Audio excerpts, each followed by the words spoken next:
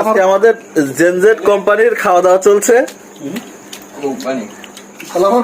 খিচুড়ি আর poultry মুরগি। মানে এখন শেষ হয়ে গেছে, এখন ধরছিস নাকি?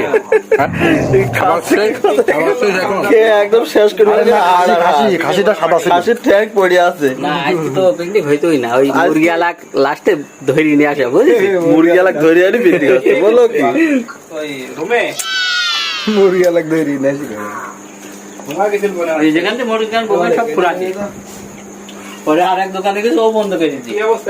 রাস্তাতে তাই ধরে আমার বন্ধু খাতে খাতে আইলে গেছে একদম। সেদিনকে মতো স্টক করে কিনা জানি, আর আমি খাইয়া দিয়েছি দিদি হোক আমার কেউ দিচ্ছে না খাতি।